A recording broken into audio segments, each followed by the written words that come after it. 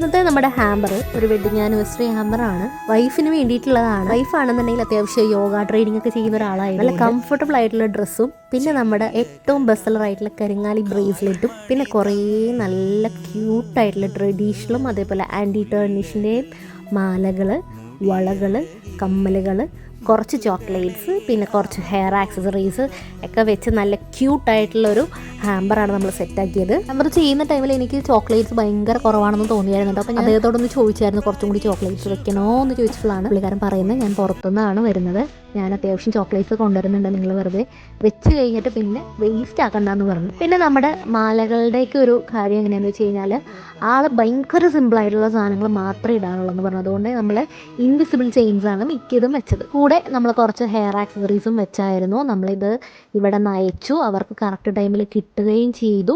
ഒരു വെഡിങ് ആനിവേഴ്സറിയുടെ തലേദിവസം തന്നെ കിട്ടിയെന്ന് പറഞ്ഞ് പുള്ളി മെസ്സേജ് അയച്ചായിരുന്നു. പുള്ളി അത് പ്രസൻറ്റ് ചെയ്യുകയും ചെയ്തു. പുള്ളിക്കാരത്തിൻ്റെ വീഡിയോ നമുക്ക് തരുകയും ചെയ്തു. അത് കാണാം.